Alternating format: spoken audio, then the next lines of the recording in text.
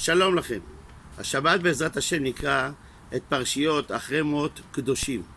הנושאים בפרשה: סדר עבודת הכהן הגדול ביום הכיפורים, איסורי עריות, שמירת שבת, מצוות בין אדם לחברו, דיני עורלה, כלאיים ונטע רבעי, ולא ללכת בחוקות הגויים. בפרק י"ט פסוק ט"ו כתוב: לא תעשו עוול במשפט, לא תישא פני דל ולא תהדר פני גדול, בצדק תשפוט עמיתך. רש"י מסביר על המילים בצדק תשפוט עמיתך שני פירושים. אחד הוא אומר כמשמעו, זאת אומרת לפי הפשט, ודבר אחר, הווה דן את חברך לקו זכות. כלומר, תמיד תדון את החבר שלך לקו זכות. אנחנו יודעים שבמסכת אבות, בתקופת הזוגות, יהושע בן פרחיה אומר: עשה לך רב וקנה לך חבר והווה דן את כל האדם לקו זכות. יש כאן הדרגתיות מלמעלה למטה. עשה לך רב, בדרך כלל הרב נמצא מעליך. וקנה לך חבר, בדרך כלל החבר הוא נמצא בדרגה שלך. והווה דן את כל האדם לקו זכות, כלומר גם את החלשים, שאולי הם תחתיך, מתחת לרמתך. תדון גם אותם לקו זכות. יהושע בן פרחיה היה נשיא הסנהדרין בימי יוחנן כהן גדול. הוא שייך לתקופת הזוגות. בן זוגו היה ניתאי הארבלי, שהוא שימש בדרך כלל כאב בית הדין. מסופר מסכת סנהדרין שבתקופת ינאי המלך הוא הורה פעם אחת להרוג את כל החכמים. ואז יהושע בן פרחיה ותלמידו המובהק ברחו לאלכסנדריה שבמצרים. עד ששמעון בן שטח שלח לו: זהו, אתה יכול לחזור, הסכנה חלפה. בדרך חזרה חוזרים יהושע בן פרחיה ותלמידו המובהק שלא עזב אותו לרגע, כל הזמן היה איתו. הגיעו בדרך לאחת האכסניות, התאכסנו שם וקיבלו את יהושע בן פרחיה, שהיה נשיא הסנהדרין, בכבוד גדול.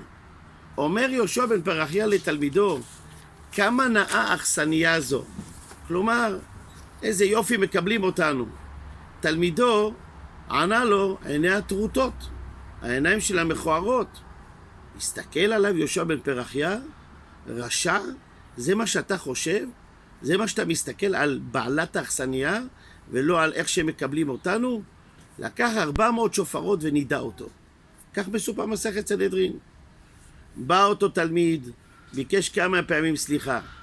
קבלני בתשובה, הוא אומר לו. לא רצה, לא שם לב אליו, לא התייחס אליו, הוא לא קיבל אותו. פעם אחת יהושע בן פרחיה קרא קריאת שמע, ושוב בא התלמיד לבקש סליחה.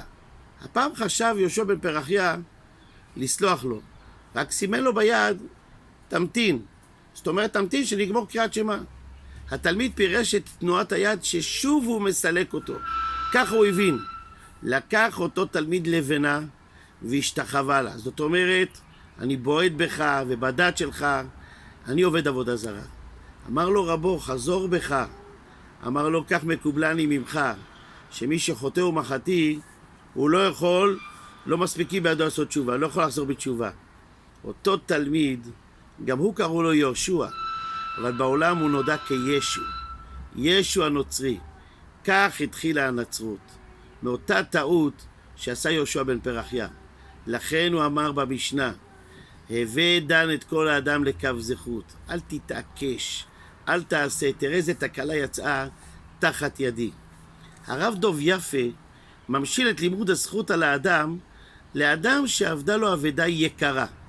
בהתחלה הוא מחפש אותה במקומות הגיוניים, שיכול להיות שהיא עבדה שם, הייתי פה, הייתי שם, אז הוא חוזר על עקבותיו.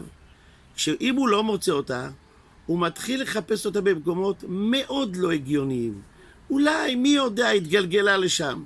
אם גם שם הוא לא מוצא, היות העבודה יקרה, הוא שוב מחפש באותם מקומות ההגיוניים הראשונים שהוא לא מצא, בתקווה שעכשיו בחיפוש מדוקדק הוא ימצא אותה. העבודה יקרה לא כל כך מהר מתייאשים. הוא אומר: כך צריך האדם לנהוג בכבוד האדם. כשאתה רוצה לנסות למצוא זכות על האדם, ייתכן שבהתחלה זה יישמע לך לא הגיוני, אבל אם האדם יקר ללבך, תחפש שוב ושוב, גם במקומות לא הגיוניים, שאולי תמצא לו זכות. כשאדם מוקיר את חברו, הוא יחפש בכל מקום שרק אפשר ללמד עליו זכות. שתהיה לנו שבת שלום ומבורך.